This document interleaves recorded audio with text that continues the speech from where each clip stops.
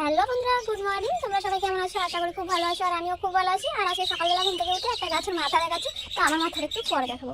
তো তোমরা বলতে পারবে এই গাছটা কি গাছ, একটু ক্যাচ করো, কারণ এই গাছের জিনিসটা আমরা প্রত্যেকটা দিন ইউজ করি। তো যদি বলতে পারো তো অবশ্যই কমেন্ট করে বলো। তো যাই হোক, অনেকদিন পর আজকে তোমাদের সামনে এসেছি, আর এখন আমি সময়ই পাই না যে তোমাদেরকে ভিডিও দেবো। তো আজকে যেহেতু একটা বিশেষ দিন, তাই আমি তোমাদের সামনে এলাম আর কি। আর এই বিশেষ দিনে আমি কি করছি যদি দেখতে হয় অবশ্যই সঙ্গে থাকো। আর বিশেষ দিনটা বিশেষ করতে একটা জিনিস অবশ্যই দরকার, তো আমি সেটা নিতে চলে আসছি। তো দেখে অবশ্যই তোমরা বুঝে যাবে যে আজকে বিশেষ দিনটা কি।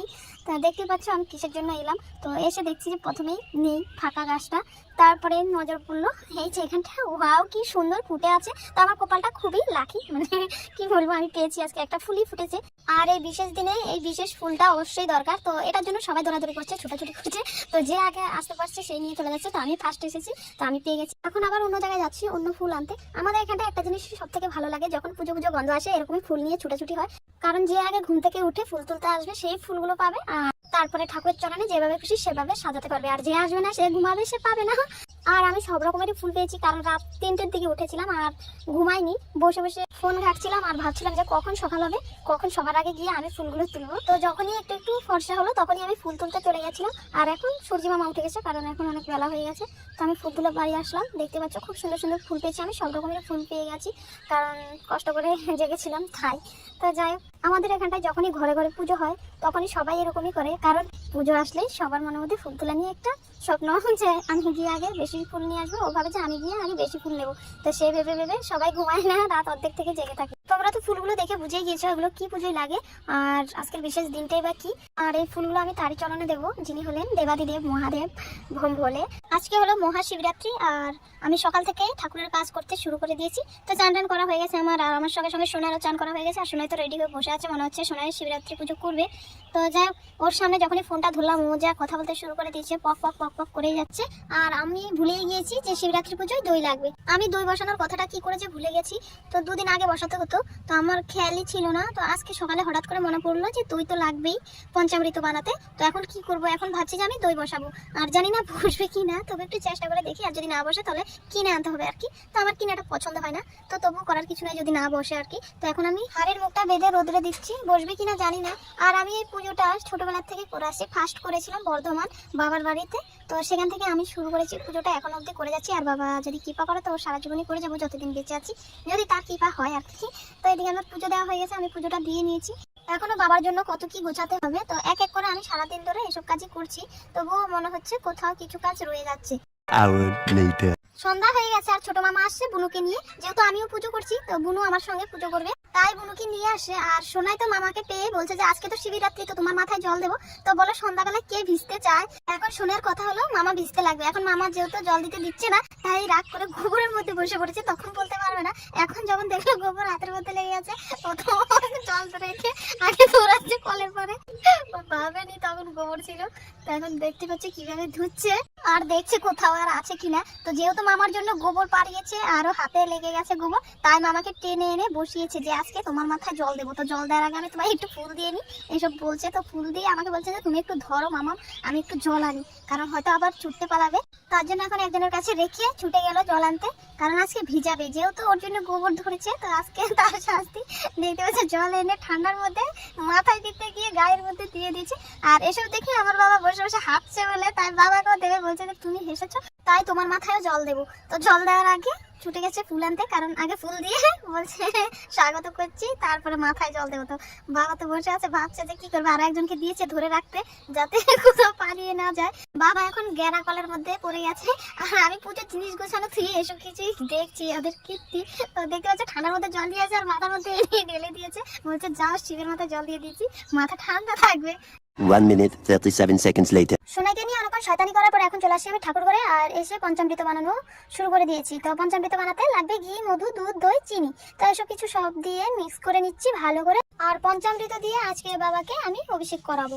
তো এগুলো বানানো হয়ে গেছে। আর আজকে বাবার সর্দি, কাশি, জ্বর, জানি না আর কি কি লাগবে, কারণ সব মা বোনেরা সবাই আজকে বাবার মাথায় শুধু পঞ্চামৃত দেবে আর জল দেবে। তো যাক, এখন বাবার ভাঙের মোয়া বানাচ্ছি আমি, ভাঙ মানে গাজা আর কি।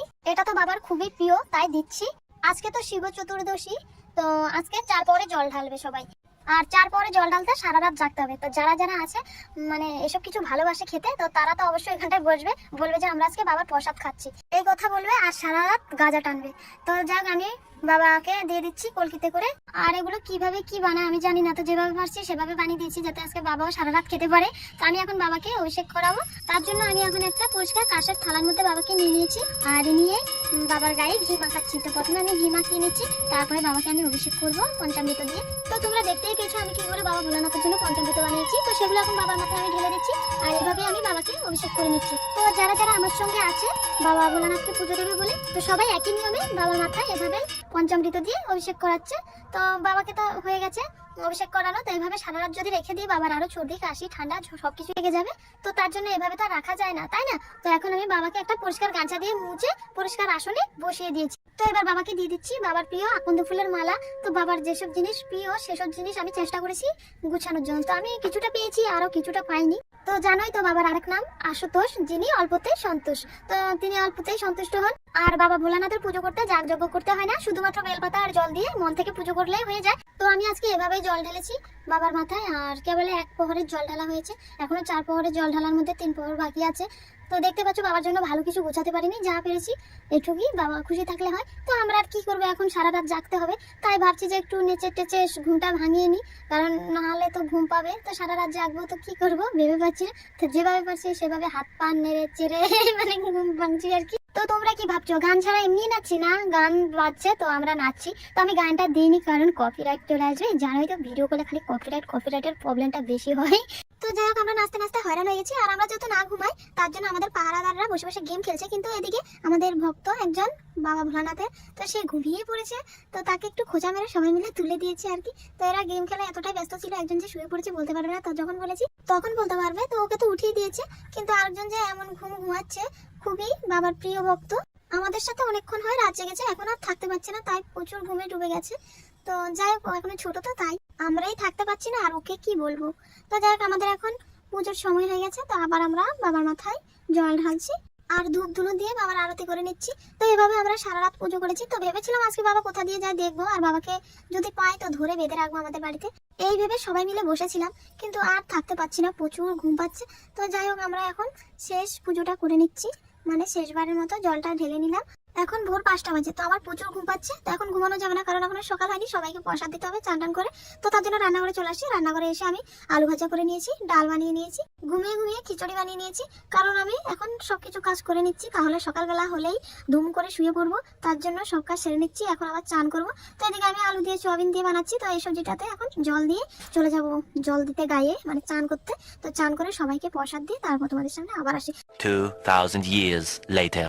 তো বন্ধুরা আমার অবশেষে মহাশিবরাত্রির ব্রত পালন হয়ে গেছে, আর সকালও হয়ে গেছে, আর আমি এখন একটুও থাকতে পারছি না, প্রচুর চোখে ঘুম, কারণ আমি সারা রাত ঘুমাইনি, দেখতে পাচ্ছ এখন চোখ মেলতে পারছি না। তোমাদেরকে ভালো করে ভিডিও শুট করে কোনো কিছু দেখাতে পারিনি, এমনিতে পুজো নিয়ে ব্যস্ত ছিলাম, আর যেটুকু পেরেছি সেটুকু তোমাদেরকে দেখিয়েছি। তো এখন আর বেশি কথা বলবো না, আর ভিডিওটাও বাড়াবো না। ভিডিওটা কেমন লেগেছে অবশ্যই বলো। তোমাদের সাথে দেখা হবে নেক্সট কোনো অন্য ব্লগ ভিডিও নিয়ে। Tata bye bye.